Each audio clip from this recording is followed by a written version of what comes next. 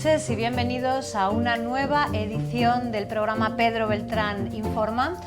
En esta ocasión les hemos preparado dos programas muy especiales para las dos próximas semanas. Vamos a hablar de la vida de Schoenberg en esta primera edición, en este primer programa, y continuaremos la próxima semana hablando de la obra de este gran compositor. Comenzamos, lo hacemos con Theodora Beltrán. ¿Qué tal? Bien. Theodora. Bueno, ¿quiénes fueron los padres de Schoenberg? Schoenberg nació en 1874 en Viena y su familia era judía pero bastante pobre. Su madre era bastante religiosa y siempre iba a misa y tal, pero su padre simplemente era un zapatero. ¿Y cómo se inició Schoenberg en la música? Se inició a los 8 años, hizo algunas clases de violín, solo que como su familia era bastante pobre, pues no se la podía pagar. Entonces hizo algunas, pero no las terminó. Y entonces hizo una clase autodidáctica, ¿no? Hacía las clases autodidácticas y le encantaba, y su afición era escuchar música. ¿Qué notas sacaba en el colegio? ¿Era buen estudiante? Sí, era digamos que no era súper dotado, pero sí que era dotado. Era el mejor de la clase y también era el mejor en matemáticas. ¿Y con la religión, cuál fue su relación con la religión como niño? Schoenberg era judío y cuando él era un niño pues le interesaba mucho, leía la Biblia y todo, solo que al final él dijo que no eran cosas creíbles, digamos. Y desde ahí pues fue un ateo. Muy bien. Pues Theodora, muchísimas gracias por hacernos esta introducción a lo que fue la vida de Schoenberg de niño. Gracias. Gracias a ti, información de igual.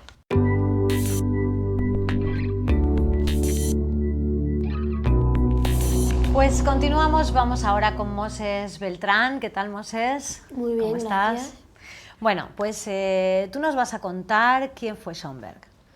Schoenberg fue uno de los compositores más importantes del siglo XX, también no solo por sus obras, sino porque fue profesor de otros dos compositores muy importantes de ese siglo, de Webern y de Berg. ¿Y cuál fue la participación de Schoenberg en la Primera Guerra Mundial? Schoenberg participó como soldado austriaco alemán que estaba aliados con los austriacos en la Primera Guerra Mundial. Él siempre estaba diciendo que los alemanes eran siempre mejor que los franceses, pero cuando la perdieron ya no seguía diciendo lo mismo. ¿Qué ocurrió cuando Hitler accedió al poder? Cuando Hitler accedió al poder, Schoenberg hizo un cambio muy grande, porque cuando Hitler accedió al poder empezó a odiar a Alemania. Antes la quería con mucho corazón y cuando llegó Hitler la odió siempre. Hitler detestaba a Schoenberg igual que Schoenberg detestaba a Hitler, porque a Hitler no le gustaba que Schoenberg era judío y también las obras que hacía. Y Schoenberg no le gustaba Hitler pues porque era una persona muy mala y odiaba a los judíos. También Hitler odiaba a Berg y a Webern, y luego más tarde Schoenberg, cuando estaba al principio, cuando Hitler ya empezó a matar judíos, Hitler lo primero que hizo es ver a Schoenberg para matarlo. Schoenberg se fue a Los Ángeles, a Estados Unidos, y ahí se quedó y hizo varias obras con otras personas. Bien, pues ya hemos conocido cuál fue la participación de Schoenberg en la Primera Guerra Mundial. Cuéntanos ahora qué ocurrió en la Segunda Guerra Mundial, cómo participó En la Schoenberg. Segunda Guerra Mundial participó en manifestaciones contra Hitler, también se fue a Israel y ahí hizo varias cosas para mejorar el judaísmo. Moses, cuéntanos cuál fue la relación de Schoenberg con el ajedrez. Schoenberg, como persona muy culta, le gustaba el ajedrez. Él sabía jugar muy bien y la relación que tenía era muy grande, ya que él inventó otro modo de jugar al ajedrez, en el que jugaban no 2 personas, sino 4. y también tenían distintas piezas que era como las guerras con submarinos, cañones, soldados y pistolas. En ese tablero era igual que el ajedrez, jugaban 2 personas contra 2 personas, unas tenían una pieza, menos piezas y otra tenía más piezas. Bueno, ¿y con el tenis? Sommer también jugaba al tenis porque cuando fui a Estados Unidos, a Los Ángeles, hizo amigos que también eran compositores y él jugaba con ellos al tenis. También jugaba mucho con su hijo Ronald al tenis y creó una manera de jugar al tenis nueva, en la que él identificaba el error de por qué el tenista había fallado el tiro, de si había tirado mal, muy abajo, muy arriba, y que se utiliza mucho en algunos partidos. Ajá. Muy bien, Moses, pues muchas gracias como siempre por contarnos, por introducirnos en la vida de Schoenberg ya un poquito más de adulto. Gracias. A ti, Información TV.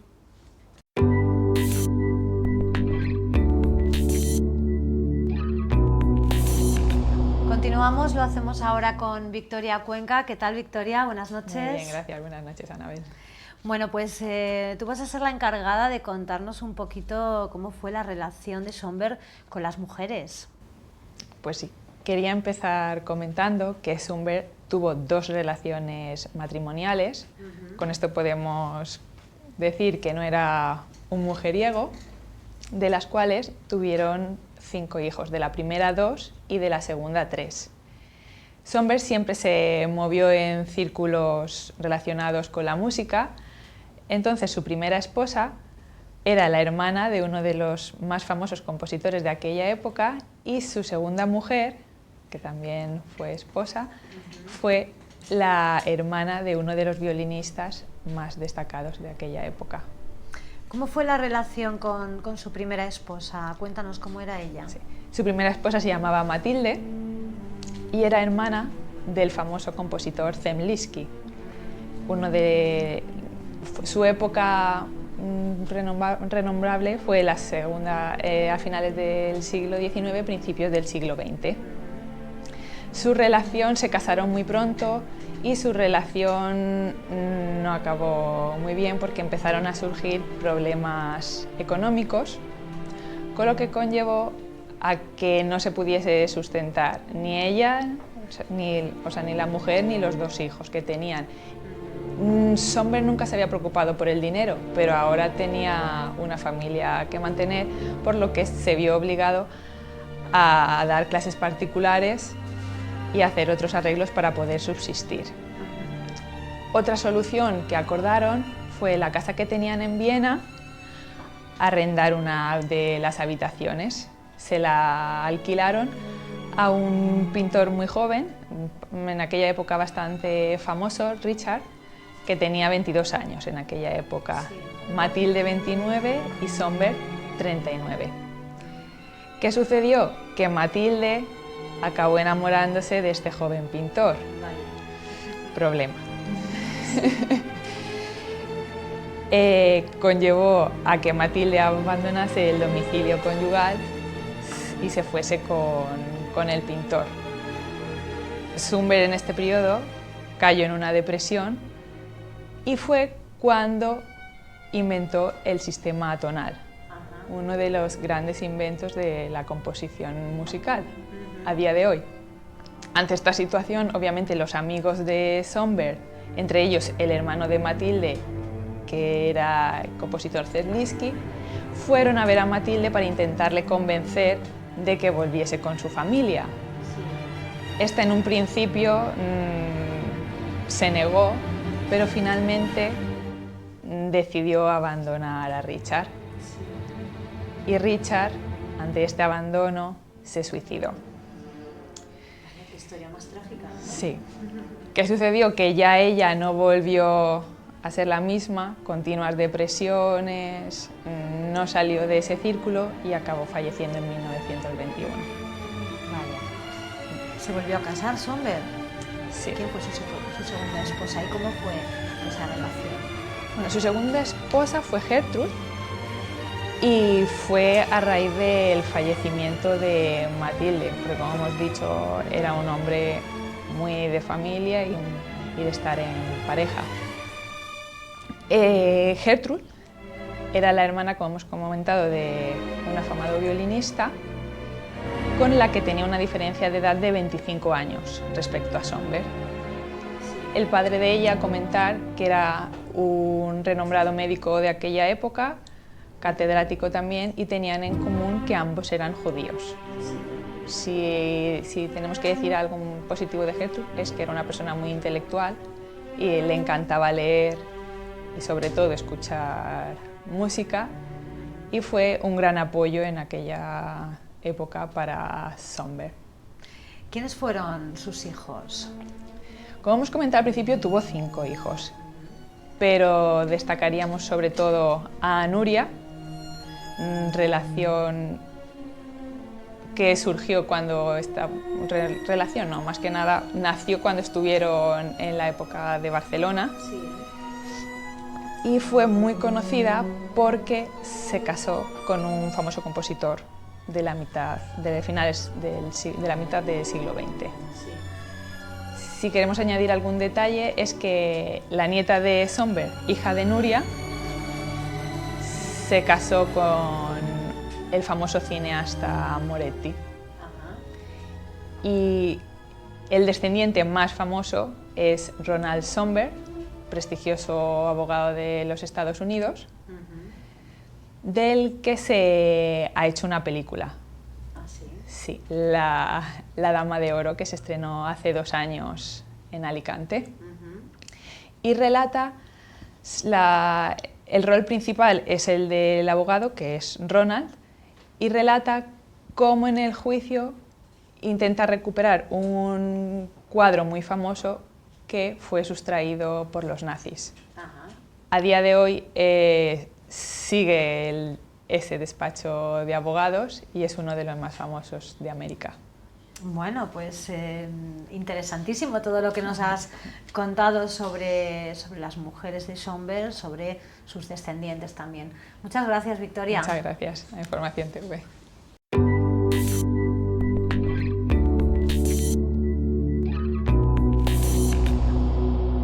Llegamos ya a la recta final del programa, lo hacemos con nuestro anfitrión, con Pedro Beltrán, presidente de la Asociación Europea de Abogados. ¿Qué tal, Pedro? Muy bien, buenas noches y gracias por venir a nuestra casa. Gracias a ti, como siempre, tema interesantísimo. Volvemos a los compositores y hoy hablando de Schönberg, de su vida, la próxima semana hablaremos de su obra. Pero vamos a comenzar dando un pequeño aperitivo, ¿no? Porque creo que en este decorado hay algo de su obra. Sí, el decorado que planteamos es todo centrado en la obra de Schönberg. A la izquierda tenemos Moses y Aarón, que es una de las óperas más importantes del siglo XX. En el centro, Gurre-Lieder, una obra más que ópera hiperromántica. Y a continuación tenemos La Noche Transfigurada, que es otra de las grandes obras románticas de Schönberg.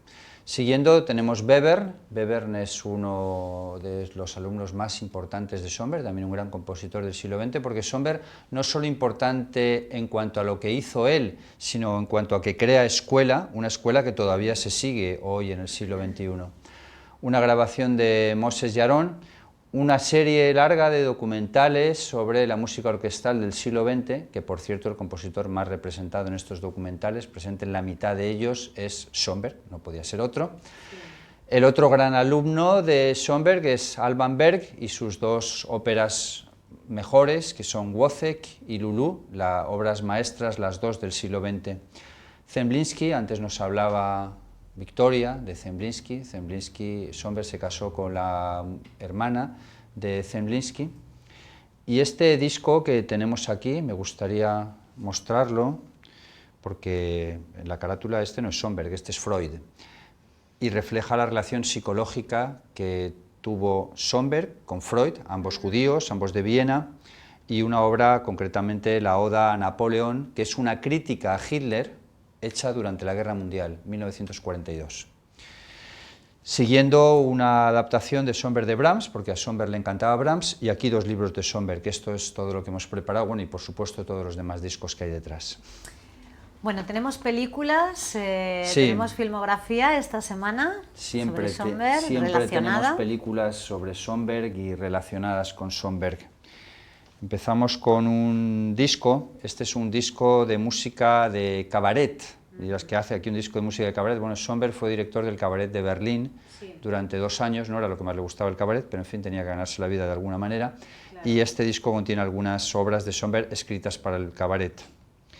Y esta es la película de la que nos hablaba antes Victoria, una película de amplísima recomendación, muy reciente además, sobre el famoso juicio en el que el nieto de Schönberg, que todavía vive, como ha dicho Victoria, y es abogado en un prestigioso bufete suyo de Estados Unidos, en Los Ángeles, pues recupera un cuadro a los nazis. Y el de la foto no es el nieto de Schönberg, es el actor que hace de nieto de Schönberg. Sí. Una película estupenda. Los 10 mandamientos no podían faltar, porque Schönberg es judío, porque su mejor ópera es Moses y Aarón, y por tanto no puede faltar esta película. Napoleón, antes lo mencionábamos, es curiosísimo que Schönberg en 1942 haga una obra musical de crítica a Napoleón, comparándolo con Hitler, porque no es la misma imagen la que tenemos de los dos. Napoleón parece que se pasa más o no se le considera tan dictador como fue Hitler. Esta película no es tan conocida, pero sí históricamente muy significativa porque es el atentado que abrió la Primera Guerra Mundial, el motivo por el que estalla la Primera Guerra Mundial plenamente con todas las obras que hay aquí. Me refiero a 1914, es la época de Schönberg de Viena, y Schönberg participó como soldado en la Guerra Mundial dentro del ejército austriaco. Otra película sobre la Primera Guerra Mundial, y mi película favorita de la Primera Guerra Mundial, que es Senderos de Gloria, con Kirk Douglas. Es una película extraordinaria de Kubrick. Y El pianista, porque otra de las grandes películas que hay sobre el nazismo, sobre el holocausto, es esta, y porque Schönberg escribió una obra que se llama El superviviente de Varsovia, que es esta historia parecida, pero llevada a la música en una obra además escrita en inglés y en 1947, después de la Guerra Mundial. Es preciosa. Estas son las películas, me encanta. Sí, a mí también me gusta mucho, efectivamente. Bueno, comentábamos antes fuera de cámaras que Schönberg es ese compositor que si tuvieras que elegir uno a quien te hubiera gustado conocer, es él. ¿Por qué, Pedro? Me ha fascinado desde siempre, desde que tenía 18 años. Un compositor extraordinariamente intelectual, que tenía un magnetismo, yo no lo he conocido, he visto alguna grabación en televisión, efectivamente, porque ya es de la época de televisión, tenía un magnetismo que encantaba a todos, seducía a todos. Berg y Webern, siendo grandes compositores, eran sumisos. Zemlinsky también lo conoce. A cualquier persona que él conocía irradiaba una fuerza, una energía, un conocimiento, una sabiduría, una curiosidad, siendo además a la vez un magnífico padre de familia que inventaba hasta juegos para los niños, siempre pensando, siempre ideando, siempre procurando descubrir cosas nuevas, en absoluto preocupado por el dinero, no le importaba para nada, en absoluto preocupado por la fama. Él, después de Gurre-Lieder, podía haber seguido en esa línea y se hubiera hecho un compositor muchísimo más famoso. Y en ese sentido es una personalidad fascinante que centra todo el siglo XX y centra el siglo XXI. Aquí arriba tenemos varios discos de Pierre Boulez dirigiendo Schönberg. Pierre Boulez es también compositor, es director, es uno de los grandes del siglo XX y del siglo XXI, falleció en enero de 2016, ahora mismo, hace 6 meses, y todo el siglo XX y el siglo XXI están centrados en la figura de Schönberg, que es el compositor más revolucionario de la historia. Por eso me hubiera encantado conocerle personalmente, sí, más que a ningún otro compositor. Además, Schönberg es nuestra época. Schönberg es hoy, Schönberg es la modernidad, Schönberg es la Segunda Guerra Mundial, que, bueno, es nuestra época en definitiva. Schönberg es un compositor plenamente actual, muy difícil de escuchar, ¿eh?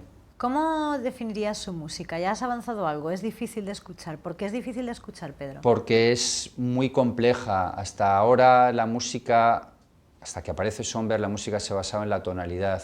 Tenías una nota, una tonalidad dominante. Schönberg se carga ese sistema por completo, establece la música atonal, en virtud de la cual el serialismo se repiten todas las notas en una escala de 12, con el mismo volumen cada uno, la misma momentos de reproducción cada uno. ¿Qué significa esto? Para entenderlo, parece que eso sería matemático y que es más ordenado, pero al oído humano nos suena desordenado, nos suena difícil. Schoenberg lo que hace es que para escuchar Schoenberg hace falta estar concentrado, atento y pendiente. No se puede estar escuchando Schoenberg en la ducha, en el coche, que es como escucha la música el 99% de la gente. Y claro, por eso es un compositor también muy poco popular, porque además él era muy intelectual y todo lo que hacía era producto de una gran reflexión, un momento, con sentimientos, porque que uno sea intelectual no significa que no tenga sentimientos, no son cosas diferentes. Estas obras son extraordinariamente sentimentales, pero a la vez son muy complejas. No es un compositor ni fácil ni accesible, eso está clarísimo. Bueno, como siempre te pregunto, si tuviéramos que iniciarnos en Schoenberg, ¿por dónde podríamos empezar? Estas dos obras que tenemos aquí, La noche transfigurada y Gurre-Lieder, son hiperrománticas. Todavía no ha destrozado la tonalidad, bueno, la palabra destrozar quizás no corresponda mucho aquí, siguen teniendo un ámbito tonal las dos, pero son de una fuerza inconmensurable, muy emotivas, muy emocionales. Y luego, por supuesto, Moses y Aarón, pero esa es una asignatura más compleja. Como ejemplo diré que Moses y Aarón se ha estrenado por primera vez en España hace solamente una semana. ¿Ah, sí? Nunca se había ofrecido en el Teatro Real de Madrid. Y una curiosidad, que el Becerro de Oro... ¿Has tenido oportunidad de verla? ¿O bueno, todavía no? Es que en Madrid tengo ciertas dudas de cómo puede salir eso en Madrid, con todos los respetos para la Orquesta Sinfónica de Madrid.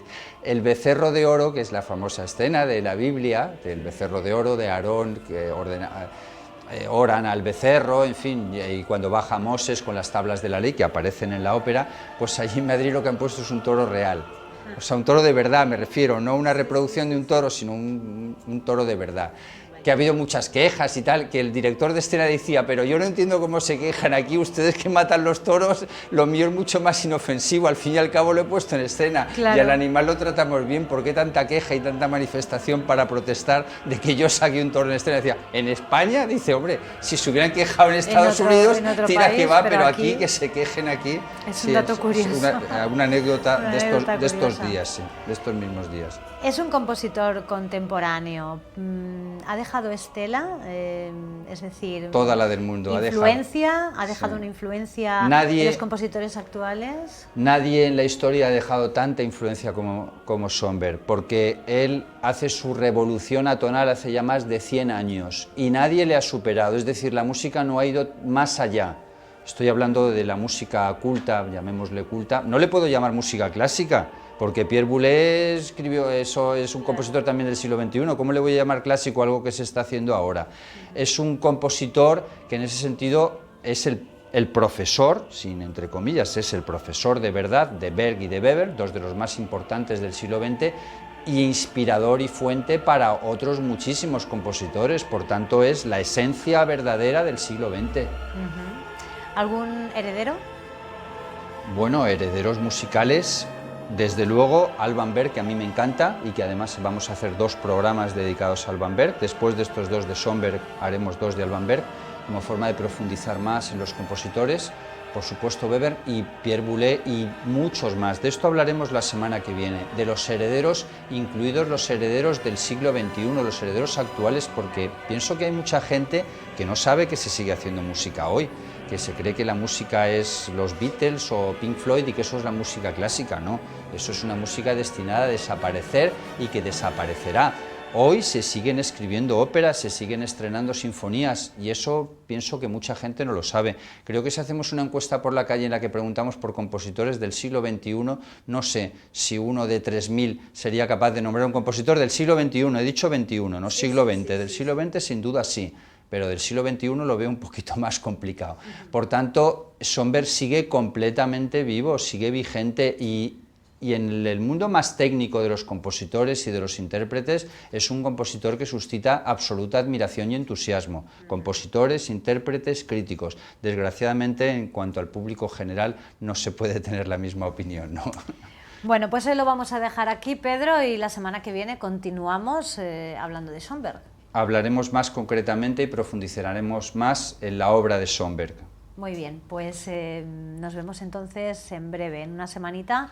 Estamos de nuevo aquí para continuar hablando de este compositor fascinante, sin duda. Muchas gracias a ti y gracias a Información TV. Gracias a ustedes también por habernos seguido un día más. Ya saben, si se han quedado con ganas de más, en esta ocasión lo van a tener, porque la próxima semana continuamos hablando de Schönberg. Hasta pronto.